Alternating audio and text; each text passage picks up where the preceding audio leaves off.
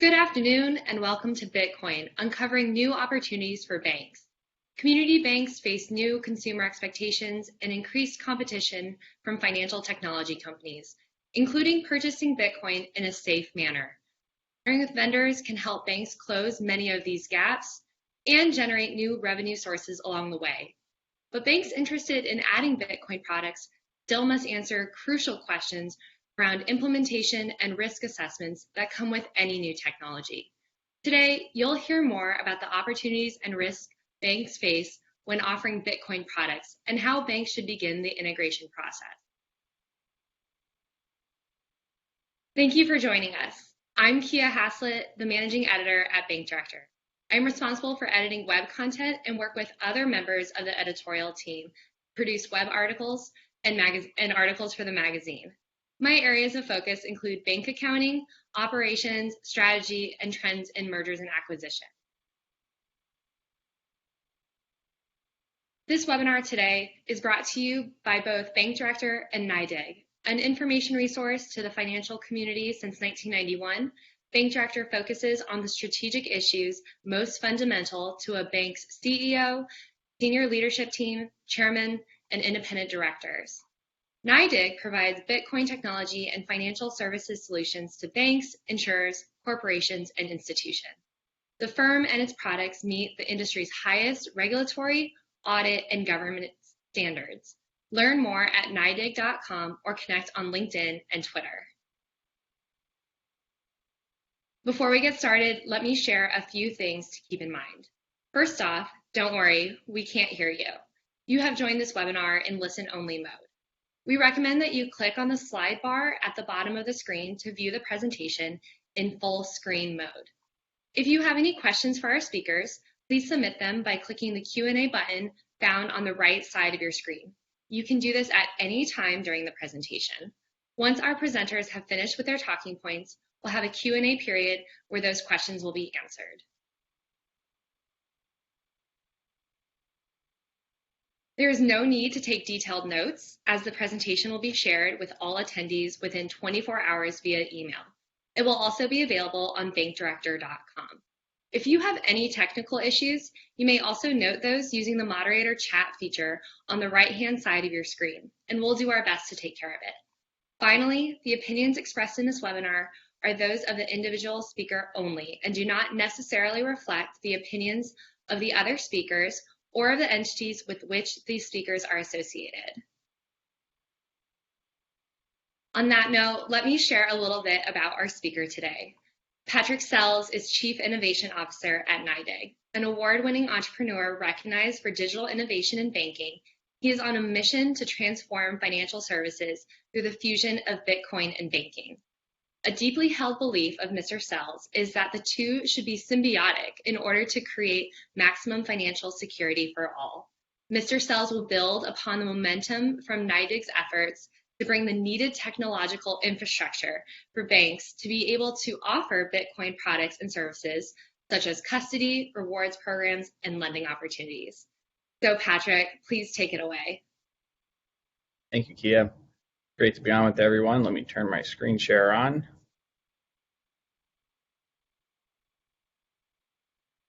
All right. Great to be on with everyone. Excited to have this conversation. It's a topic that I love dearly, which is banking and Bitcoin. And something I've spent really all year talking to hundreds, if not thousands of banks at this point. And as Kia mentioned, do feel free to reach out with any questions. There are no questions that are too random or too small and that we haven't heard before. And so with that, I'll get started. Let me begin by sharing a little bit about NYDIG. NYDIG is a financial services and technology platform focused on Bitcoin. There's 4 key things I want you to take away about us. First, it's that we are regulated just like you. Our primary regulator is the New York Department of Financial Services. We have both a limited purpose trust charter where we custody our clients' assets. That's the same trust, for example, that BNY Mellon uses, and the BIT license, which was really the preeminent regulatory framework for digital assets. Next, we're audited by EY, who also authors our SOC 1 and SOC 2. NYDIG is an operating subsidiary of our parent company called Stone Ridge Holdings. Stoneridge is a financially robust company with over $1 billion of liquidity on its balance sheet. And NYDIG is unique in that it shares strategic partners in the likes of New York Life, Mass Mutual, Morgan Stanley, FIS, and others. Third is that NYDIG is institutional only. What we mean by that is we don't have channel conflict. We're not out there with a retail brand trying to compete for customers. We see our role in the industry as empowering incumbents to be able to offer access to digital assets in a variety of ways. We think about that in really one of two businesses. The first is called institutional finance. This is when we're working one-on-one with an institution like a Mass Mutual, a hedge fund, a Bitcoin miner, where they're consuming part of our stack to be able to ingest it inside of their own service offering. The other we call platform solutions. This is when we take our full stack of technology, we wrap it in APIs, and we make it available in a white label way through banks, credit unions, fintechs, and others. Fourth, and unique to NYDIG also, is that we are Bitcoin focused. When we're working in the world of institutional finance or in a one-on-one way, like a family office, we do support other digital assets such as Ethereum. When we're working in platform solutions or with other regulated banks and credit unions, we only support Bitcoin today. That's driven by the regulatory clarity that exists with Bitcoin and is lacking with most all other cryptocurrencies. The best way I can illustrate this, or perhaps the easiest way, is to think about the tax status of Bitcoin. The SEC has commented that Bitcoin should be treated as property, so we have clarity on that. They haven't commented like that on really any other assets or many other assets, Ethereum being a great example. The industry today treats it as property when it's bought and sold, but it's not clear, and there's a growing sense that perhaps Ethereum could or should be a security. That type of uncertainty makes it really hard inside of a safety and soundness framework to be comfortable knowing how to offer it to your customers or what kinds of disclosures or disclaimers are needed. This was illustrated earlier this year when XRP or Ripple was sued by the SEC. They determined it should be a security, and anyone who had facilitated trading was caught up in that lawsuit. That's the type of reputational risk and regulatory risk that we can't take and our bank partners can't take either. It's also somewhat informed by NYDIG's view that Bitcoin is unique amongst digital assets. When you really go to the origin and to the underlying protocol and why Bitcoin was created, you see that it was created to play a role in the financial system, whereas that's lacking with many other cryptocurrencies in terms of the intent and design. So we see Bitcoin being a part of the financial ecosystem today, as well as into the future. Now, to talk a little bit more about Bitcoin, whenever someone has Bitcoin, they have both a public key and a private key. That public key is what's available to the world, and it's what someone uses to be able to send Bitcoin to you. The private key is what's required for you to be able to take Bitcoin you own and sell it or send it out to someone. Now, unique about private keys is that they can't be reset. So if someone loses it or it's hacked, then that Bitcoin is forever gone. So how you keep that private key safe is incredibly important. If you've heard of stories in the media about someone having lost $200 million of Bitcoin, this is what it's referring to, the private keys being compromised. So then it comes to how do you keep those private keys safe? We're both custodians, you a fiat, us a cryptocurrency. And so when it comes then to keeping those private keys safe, there's two ways that can be done in the industry. You've probably heard terms like hot wallets and cold storage. What a hot wallet solution is referring to is that those private keys are connected to the internet and therefore introduces cybersecurity risk and reputation risk. What cold storage means is that those private keys are kept in hardware not connected to the internet. At NYDIG, we use a 100% cold storage solution, and farther, no internet connected devices are even allowed into our custody facilities. Therefore, we can eliminate cybersecurity risk, and it makes it an exercise in physical security. There's three principles that drive everything we do, and you'll hear these throughout this presentation and other interactions with NYDIG. First, is that compliance is the bedrock of innovation. So that's something that resonates with you. In this industry, everything has to start and stop with compliance. And when we focus on that, we can truly innovate and innovate in ways that can change the financial ecosystem for the better. Secondly, we take the position that it's your customer, it's our backend. In other words, we want to empower you to have a deeper, richer relationship with your customer and be everything you need behind the scenes. That means things like technology, but it also means support in the world of compliance and customer service. And then third, we've built the NYDIG platform in a way that's always modular. I think we can all attest to how fast the world has changed this year with regards to cryptocurrency and Bitcoin, and we can continue to expect that. And therefore, what you may want to start with today could quickly change as your customers' demands evolve and change. We want to make it easy for you to add other products and services. So now zoom out a little bit and talk about why Bitcoin. First, if we look at it from 30,000 feet, what we see is that Bitcoin follows in a long line of revolutionary digital networks. So it's not surprising that you would have a digital network when it comes to money. Now, I don't want to insinuate that we see Bitcoin replacing the fiat system. That's not true. We actually believe that the Bitcoin and the fiat system can be perfect complements for each other, and together can unlock the power of each other and create a better, more financial security for all. To be a bit more practical, though, what we see is that there's really strong untapped demand for Bitcoin in banking. So NYDIG conducted some consumer research across the country, and it was normalized to reflect the demographics of America and has a margin of error of about 2.1%. So it's pretty good data. And what that research revealed to us was that 1 out of 5, or 22% of Americans, own Bitcoin today. But as we continue to research and ask questions about these Bitcoiners, what we realized was that the single thing they desired the most was to be able to custody it at their existing financial institution, which makes sense. Banks and credit unions have always been the safekeeper and gateway and portal for financial assets.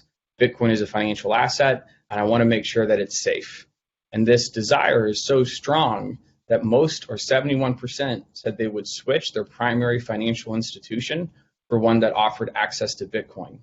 Now, before coming to NYDIG, I was working at a community bank and know very well how hard it is to get someone to actually switch banks. And so this is an important data point for us to pay attention to, because what it's saying is that customers will make a decision about their financial institution of tomorrow related to access to Bitcoin today.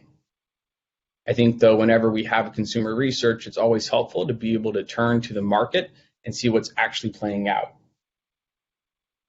Perhaps the two best examples, and ones that I'm sure you've been following as well, is PayPal and Square.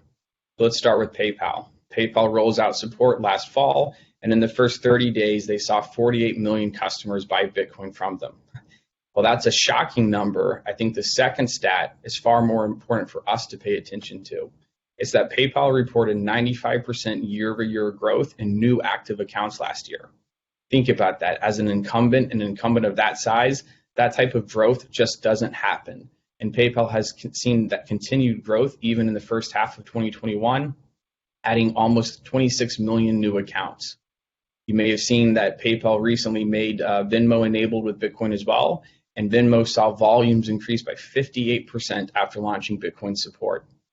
Now, let's look at Cash App. In 2018, Cash App had 15 million active users. In January of 18, they rolled out Bitcoin. And in the time since then, they've grown that active user base from 15 to 40 million. And then what we see happening with those users is what they're doing is they're trading Bitcoin. And you see that showing up in Cash App and what they're reporting from the amount of Bitcoin being processed through their app and the extreme growth that they are experiencing. 9 times last year, and the first half of this year, 5 times on top of that. And so in short, what you have at the bottom is perhaps something that may be surprising to you. It's that PayPal and Square now have more US Bitcoin customers than Coinbase, and they've only recently gotten into the game. I think what this market research is supporting is the data points I went through previously, that the higher up you go of trusted financial institution and where I'm already banking is where I want access to Bitcoin. And if I can't get it, I'm willing to make a decision to switch providers. Now, as someone who loves Bitcoin and banking, what I'm really excited about is not just banks being able to make Bitcoin available, but actually playing a critical role in the story and evolution and growth of Bitcoin. Because when we turn now to the 78% of Americans, what we realized that don't own Bitcoin, what we realized is for most of them, the reason why they don't own Bitcoin is because they're not comfortable with how they can access it. In other words, this is an access issue, not a Bitcoin issue. Almost half that don't reported they would if they could through their banks. So now let's look at the friction that exists today and access to Bitcoin. There were three themes that emerged from our research. The first is a lack of familiarity. There's all these terms like hot wallets and private keys and nodes and cold storage. I don't know what those all mean. It's overwhelming. I don't want to do the research. No more than, frankly, many consumers want to know how FDIC insurance works or how our core works. They just want to know that it works. This is honestly where I was myself only 3 years ago. My friends had been telling me about investing in Bitcoin and I needed a wallet and a key. I didn't understand it, and that became the birth of the Bitcoin rewards card that NYDIG worked with my prior bank, Quantic, to launch last fall. I thought, wow, if I could just have a debit card where every time I swiped it, I could earn Bitcoin instead of cashback or points, that'd be really cool and seems really easy. That resonates with many Americans who don't own Bitcoin today. Secondly, a lack of trust. I have to either go to an unregulated exchange or I have to download a mobile app. I have to upload all my PII. Oftentimes, that means I also have to take a selfie holding up my driver's license, and I'm just not comfortable doing that. This happened to me even last week as I was trying to close out one of my accounts. I was asked to take a picture holding my driver's license, and in that moment, I just don't feel very comfortable. Third is a lack of flexibility. So not only do I have to open up a new relationship, I have to transfer dollars there if I want to be able to buy or sell Bitcoin. And in order to do that, I either have to pay a fee to make the dollars available instantly, or I'm waiting for 3 or 4 days to send money there and to send money back to my primary financial institution. So you can see how much friction exists in totality that's kept many Americans from wanting to buy Bitcoin. But you can also see that if all of this friction was removed, why someone who may have Bitcoin somewhere else would happily come here and be able to avoid all of this friction. And that's the role that banks and credit unions can play. They can eliminate all of this friction. And so we think about the kind of the market opportunity here. You have about 200 million Americans who are looking for their bank to provide access to Bitcoin. What's exciting about it now for banks is not only are your customers actually looking for you to play a role in something that's innovative like Bitcoin, but there's a strong business case for offering support for Bitcoin. By offering access to Bitcoin, this can become a profit generator for your bank in the form of non-interest income. So today, when Bitcoin's bought or sold, there are transaction fees, and the retail average is about 2.3%. We can kind of analogize this in bank speak to interchange. When we look at the daily Bitcoin volume happening in those transaction fees, you can paint a picture of about a $21 billion annual non-interest income opportunity for you as a bank. And the NYDIG model, how we work with our partners, is we let you determine the transaction fee. So you could say, hey, I want to be at market average, 2.3. I could want to be a little bit higher than that, 2.5 or 2.7, or I want to offer 2% or 1.5% and have a very competitive offering. You have the freedom to determine what you want your transaction fees to be, and you get to retain the majority of that back to your bank. Now, many of our banks are making NYDIG available through one of our integrations with a digital banking provider or your core, and then oftentimes our partners are taking the remainder of that transaction fee as part of the integration. Now, to talk a little bit about the NYDIG platform, kind of 3 key things to understand. First, from a technology standpoint, NYDIG is just a set of APIs. We don't have a front-end system. As I mentioned, we don't have any type of retail experience that we're out there competing for customers. And we've built it in a way that allows for a ton of flexibility in different ways you can integrate Bitcoin into banking. But we know that for many banks, you're dependent upon your core or your digital banking provider. And so we've worked to integrate with all of the major players to make this turnkey for you, much like it was to enable mobile check deposit. So now we know if the technology is easy, the next question is going to be compliance.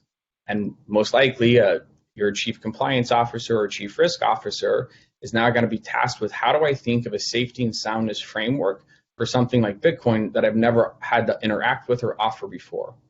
What NYDIG did is we worked with many outside partners and leading consultants in the banking industry to build a model compliance package that we give to our banks for free. This includes things like a model risk assessment, a model policy and procedure, model TISAs, et cetera, model notice to the regulator. This should help you get about 80% of the way there, and you'll soon see a couple of other announcements coming related to some well-known bank compliance consulting companies and partnerships with NYDIG. So now if you say, okay, well, great, I'm comfortable from a compliance standpoint. Now what happens if I actually make Bitcoin available? I'm going to have consumers of mine or customers of mine calling my bank to ask questions about Bitcoin transactions, or maybe something like, what's a Satoshi? And is my staff prepared for those questions right now?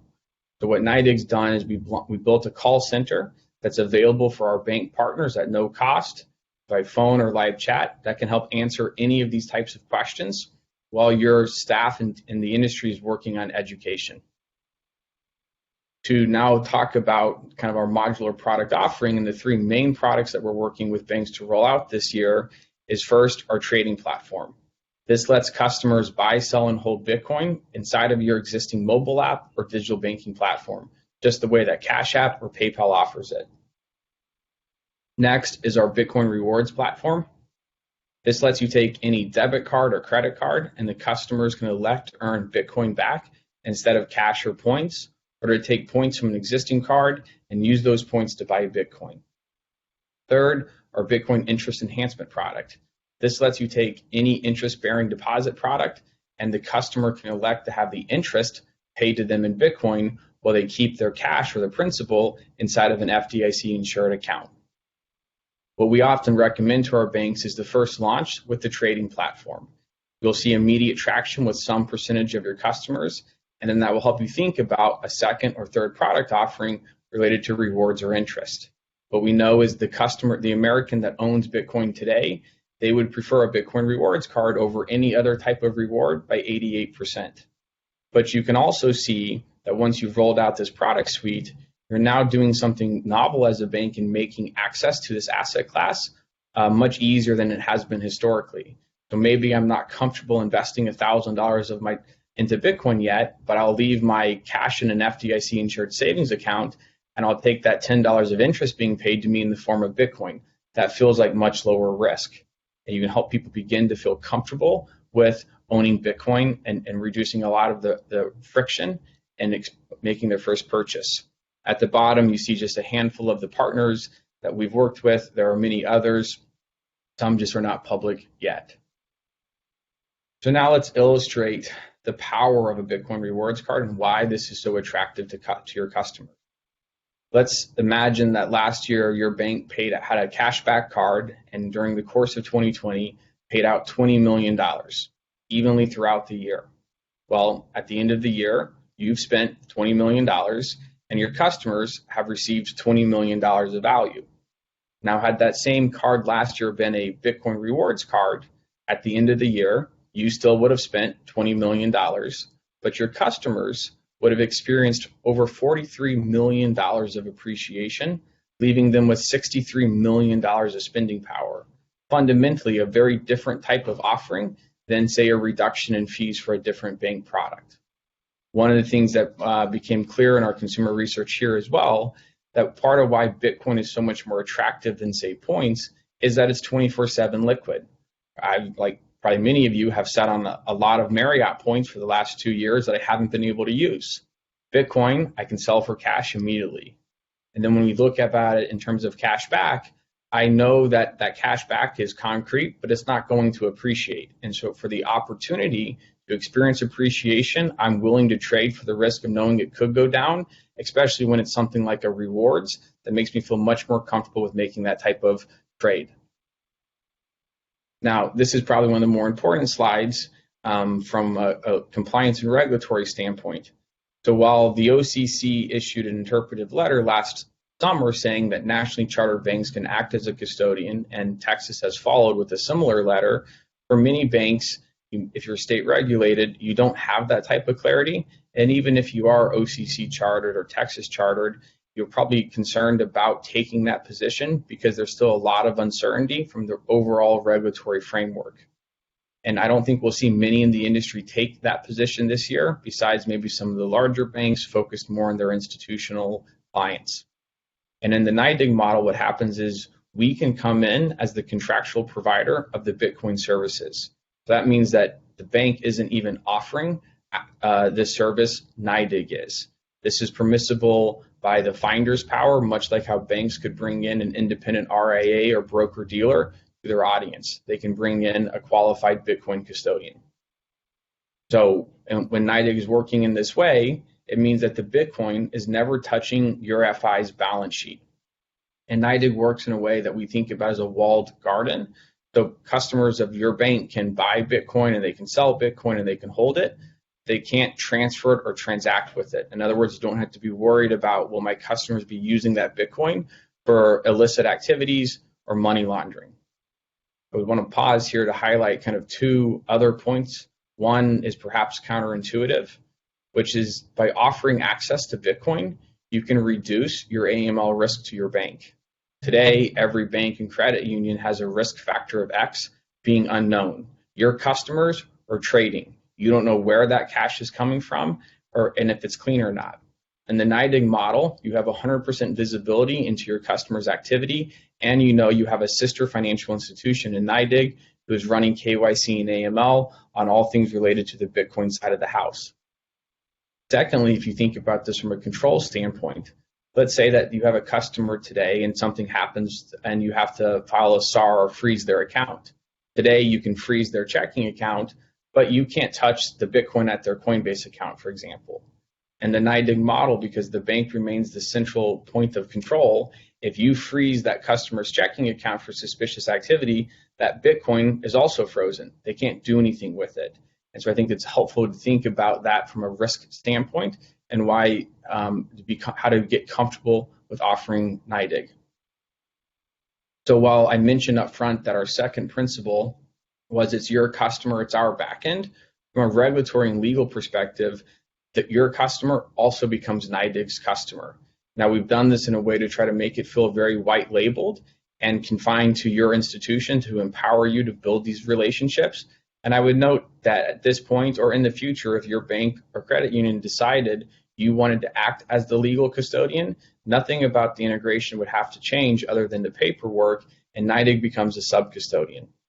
But in the model that I think we'll see many banks roll out this year, it's where NYDIG acts as that legal custodian. So what happens is, to just visualize this, your customer logs into your bank mobile app or online banking. They would see a page about Bitcoin or a button for it, and then they can request Bitcoin services. And to do so, they agree to NYDIG's T's and C's. They become a NYDIG customer at that point. The way to think about this from a bank standpoint is you've already done AML and KYC on that customer, and you're saying good customer, good cash. So when you're able to say that and the customer agrees to NYDIG's T's and C's, we can instantly open a Bitcoin custody account for them. Now, NYDIG is subject to BSA like you, and so we need to do KYC and AML when we onboard a customer. But we can work on what's called the reliance method with you as another financial institution who's subject to BSA to make that seamless for the end user. So all they literally have to do is agree to the terms and conditions, and now they have the ability to trade Bitcoin with us. Last thing I'd want to hit on is white labeled support.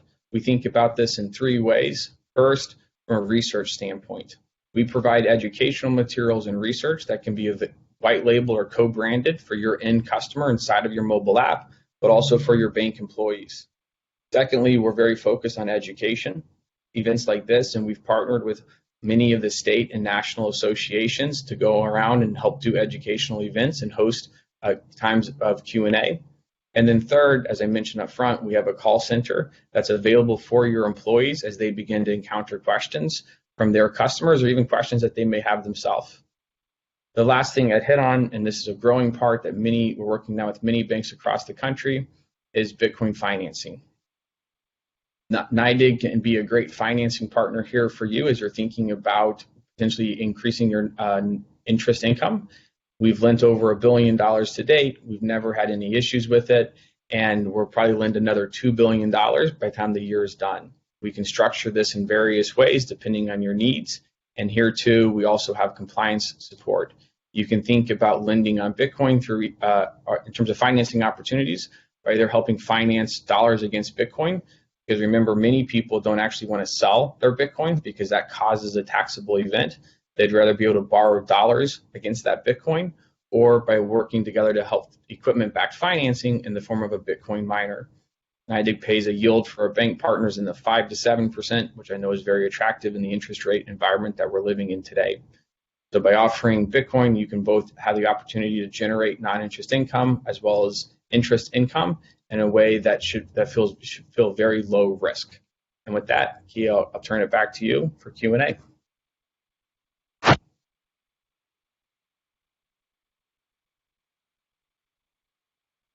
Thank you so much, Patrick. That was fascinating. We do have some questions coming in from the attendees. The first one is that there's some concern that regulators will target banks that lean in as a way to ensure that they have appropriately addressed risk and regulations.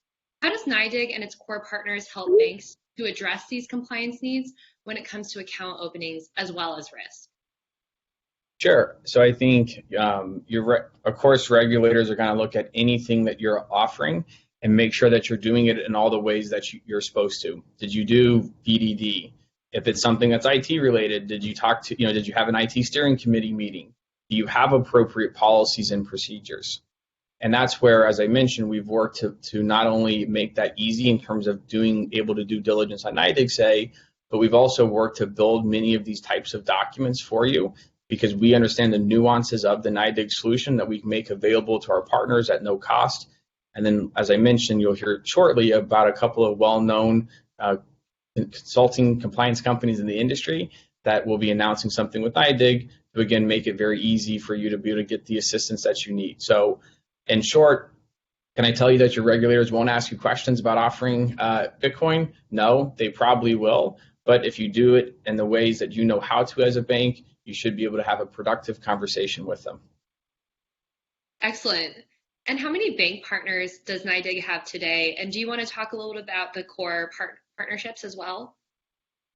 Sure. So NYDIG, if we kind of paused in this moment, we are in the process or work live with well over 1,000 financial institutions, from big banks that you may have seen publicly, like NYDIG funds being available on JPM or Wells Fargo or Morgan Stanley, as well as many community banks, credit unions, regionals, and regional banks, etc.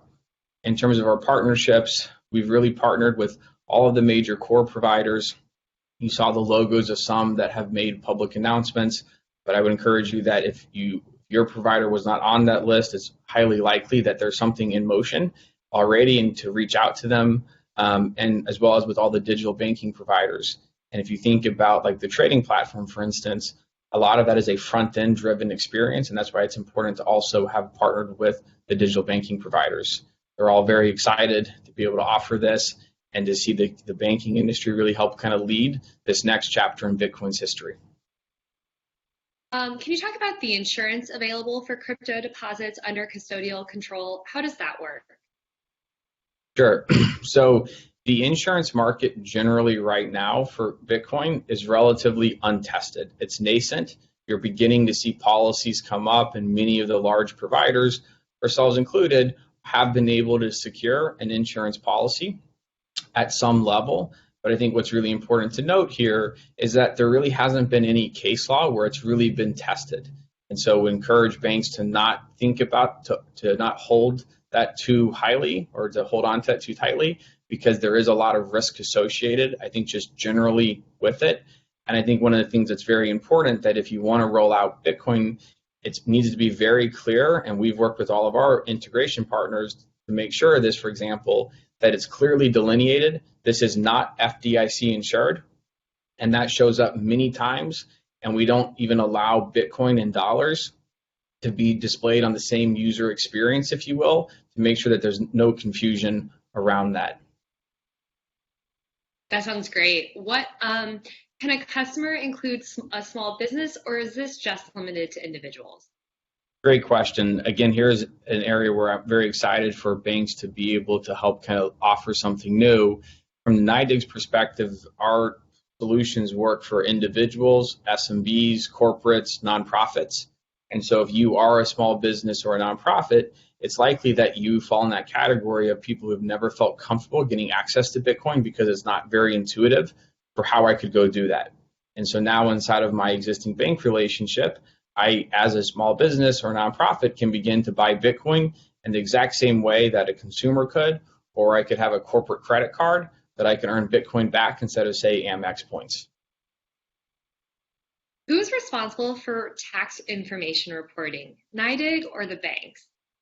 Great question. So as the legal custodian of Bitcoin services, we are responsible for providing those 1099-Bs to your customers, as well as for filing them with the IRS.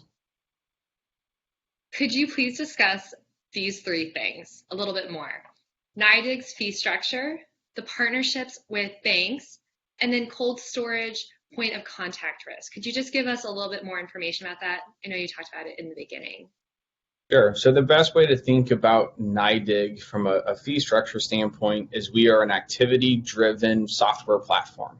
So in any of our products, you're only paying once you have a customer who's had activity. So I need to have bought Bitcoin in the trading platform, for example.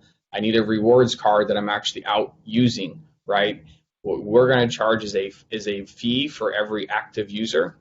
And then I discussed the transaction fees in terms of how those work, where you're able to, regardless of how someone's getting Bitcoin, trading, or a rewards card, that's really something that we let our bank partners determine how they want those fees to work. And that's in partnership with their digital banking provider or core provider. Your next question was about our relationships with our partners. The partnerships with banks specifically. So yes, working with banks and really in many of the ways that I just explained to make it available to their customers, also working with them from a lending standpoint. We move into the world of wealth and trusts. Also NYDIG operates the largest Bitcoin fund complex, and that's another way we've partnered with many different banks. I think those are some of the primary use cases. There are banks out there that are working on more innovative or different types of products and use cases. And so in total, our product roadmap or product suite's a little over 20 at this point. And your third question was about the cold storage facility. Cold storage point of contact risk. Yeah, so there's really, not sure I fully understand that question, but your customer's Bitcoin is always housed inside of that cold storage facility, as I mentioned, and that's inside of the limited purpose trust charter that I referenced. And so they're never interacting with the cold storage facility.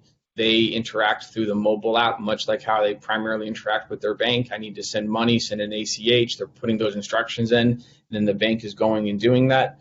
Similar here with Bitcoin, they're logging in and sending us instructions, and then NYDIG's going and fulfilling it. Great.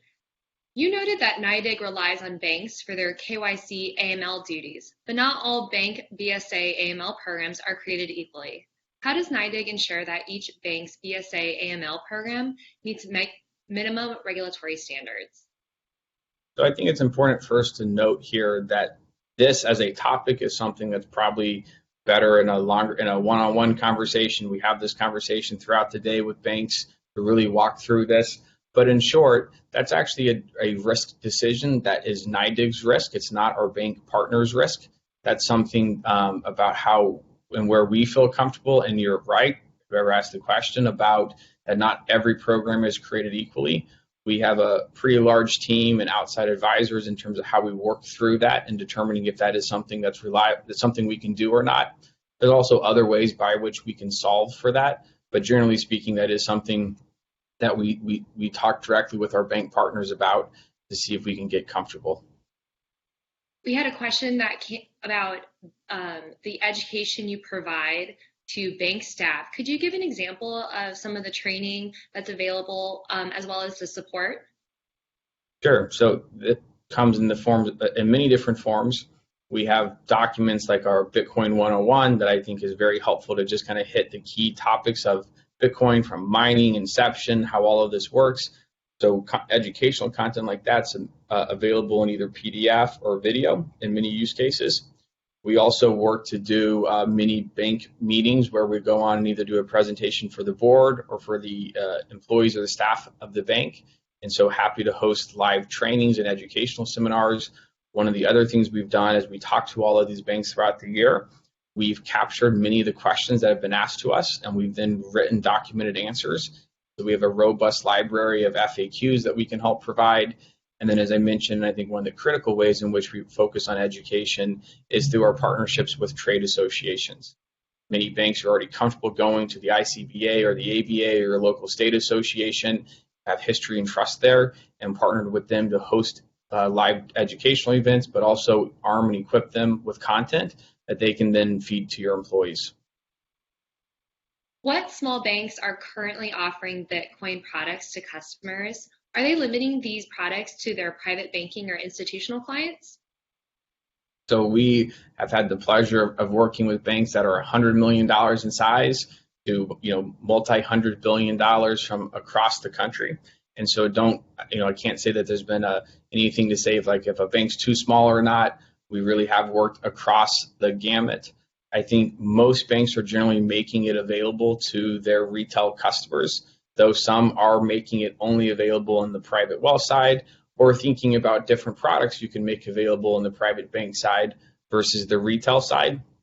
But I think the general position is making it available to any of your customers. Now, one thing I would add, in part of the NYDIG platform, we've built this in a way that aligns with kind of the safety and soundness framework that our banks are looking for and experience with other products, right? So when you want to allow external account transfers, or let's say you've rolled out a peer-to-peer payment solution, usually there's limits on how much money any person can do in a single transaction or in a day. And similar in the NYDIG user admin is those types of controls. So you could limit how much activity is happening so that you feel comfortable, or how much available cash can be used to buy Bitcoin. Can individuals use Bitcoin rewards to make contributions to charitable organizations, and would that be tax deductible if possible?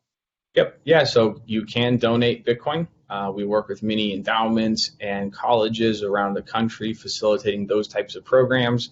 There's also something that we have a Bitcoin donor advised fund. So yes, you can absolutely donate Bitcoin either as a reward or Bitcoin that you bought. And yes, you get a tax write-off on the value of the Bitcoin when you donate it. Can an individual set up an account directly with NYDIG? No, as I mentioned, we don't have a retail channel where we're out competing for customers.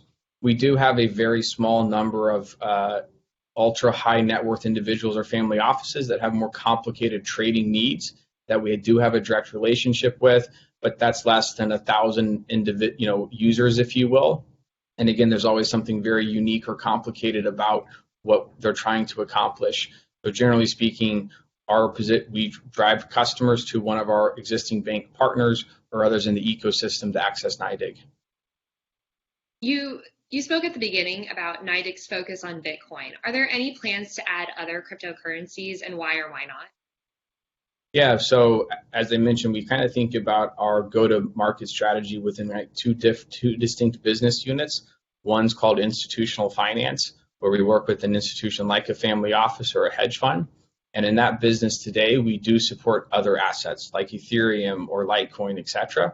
So we actually today have the capability and do support from execution and liquidity and custody and research, all of those things. But then the other business I talked about is what we call platform solutions. And this is when we're working with other regulated banks or credit unions. And in this business today, we only support Bitcoin.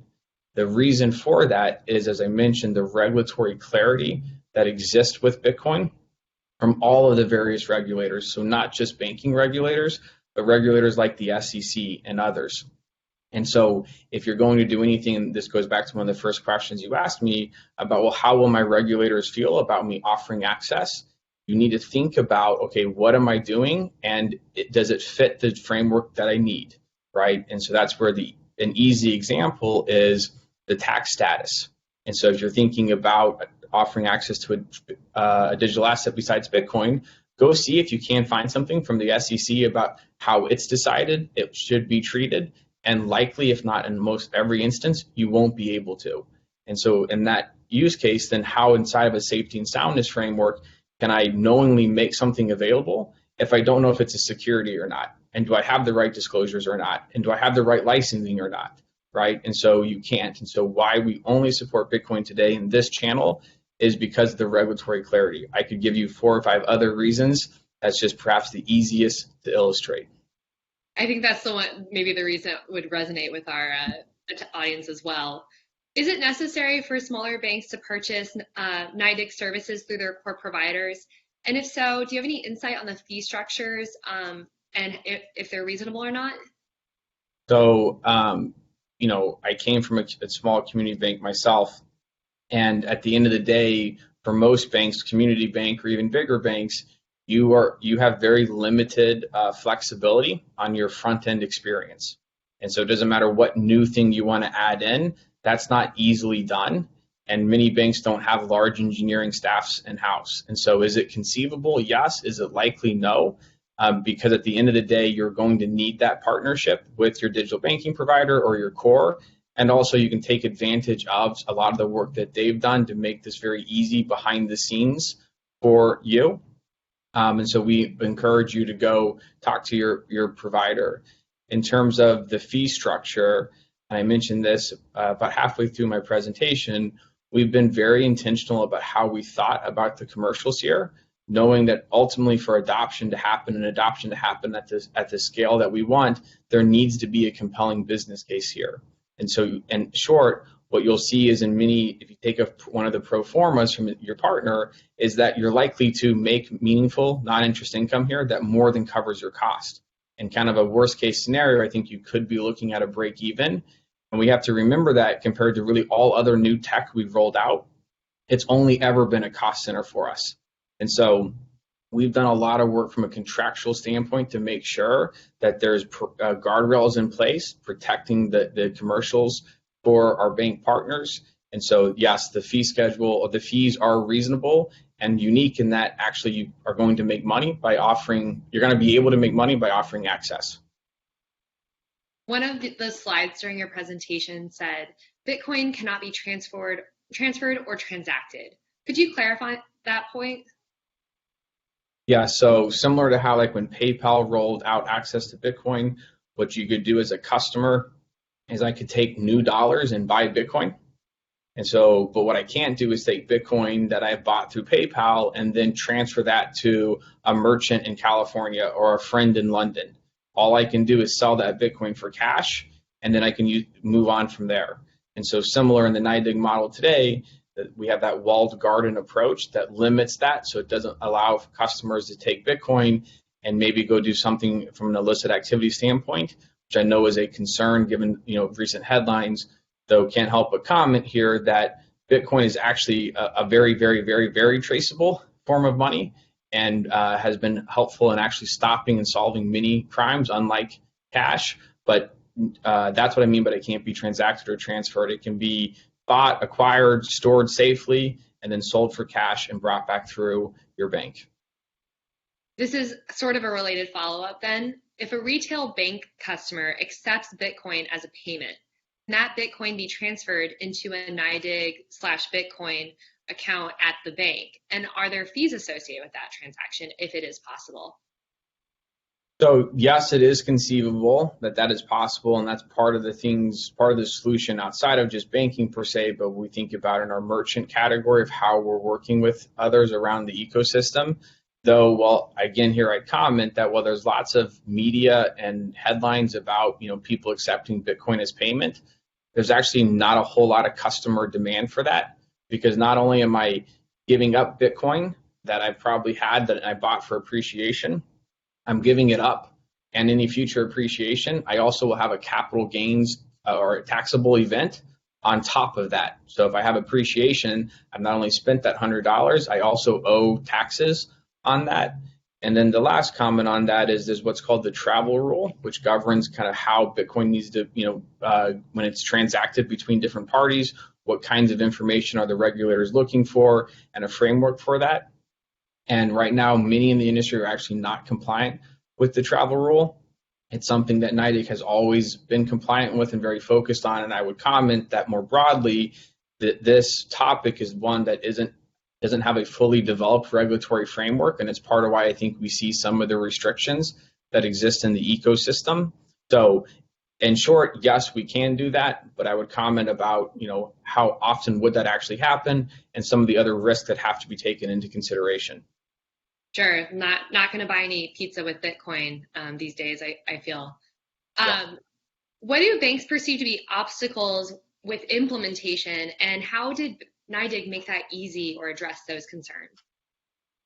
Yes, you see that showing up in kind of when I talk about it's your customer, it's our back end, and this was informed by my time at a bank whenever, wanted to do something new, even if it wasn't new to the industry, but it was new to our bank. There's a lot of concern oftentimes from compliance, and I had a great team at my former bank, Quantic, that was willing and wanting to be innovative and learn. But I understand how hard it can be to think about, like, how do I come up with policies and procedures for something that I don't know or I don't understand? And so that informed part of our approach to how we wanted to provide a lot of support from a compliance standpoint. If you look at NYDIG, probably unlike really any other fintech in the country, I think 15% of our staff is attorneys. And so we have a very big focus here, and we spend a lot of time making that team available to our bank partners. Or you see that showing up in our decision around our customer service center, knowing that, okay, what do our bank partners do if they get those types of phone calls? And in both of those two examples, and there's others, but those are perhaps the two easiest to illustrate, we not only thought we should solve for those, but we should solve for them at no cost, because to help make the barriers, help remove barriers for a bank to feel comfortable offering access. You mentioned how the tax reporting works. Are there IRS reporting issues that can come up for banks, even if NYDIG is handling the reporting? So from a legal and regulatory standpoint, the customer is NYDIG's customer. And so it's our responsibility to make sure that those 1099s are being created and filed. And so, at some level, I'm sure as a bank, you're aware of what's going on in your customer's life, but the bank is no more responsible for that customer's 1099 through their, Schwab account than they are through their NYDIG account. But again, it is a shared customer. We'd want to collaborate and work together to make sure that process runs smoothly. But that is NYDIG's legal and regulatory responsibility, not the bank's. Great. We've talked about multiple currencies. If NYDIG was going to consider adding another currency and making its products available to banks, what would the vetting process be prior to that? Yeah, so first, what's the regulatory framework that exists around it? From all aspects of it, it's going to start and stop with that, not driven by consumer demand. We'd love to be thinking solely about that, but as all of you guys know, everything has to be done inside of with a lens to the regulations, and that's important for the health and the strength of the U.S. financial system. Secondly, we're going to look at how that token or that protocol works from a custody standpoint. So some cryptocurrencies aren't able to be secured in the same way that Bitcoin is, and that's an important factor. For example, we're going to look at how the governance of that protocol. Is it really ultimately controlled by a couple of people? Is it controlled by many people? How does that work? So actually due diligence on the protocols themselves. And so, there's a whole team that focuses on this and guides the decisions that we make. But it's both a regulatory analysis and then a actual technology analysis and a security analysis, and then a kind of commercial demand analysis. In your conversations with banks, what is holding boards and executives back from exploring Bitcoin products, and how can members on this call address those internal hesitations and concerns when they come up? Sure. One of the things that's been very encouraging for me as someone who's believed in Bitcoin and banking for 3 years and spent, every day of the last 3 years working for this is actually how much momentum and traction is happening in the industry. I think much more so than many people realize. Since I'm talking to a group of bankers, we all know that banks don't typically like to tell other banks what they're doing until they've already done it.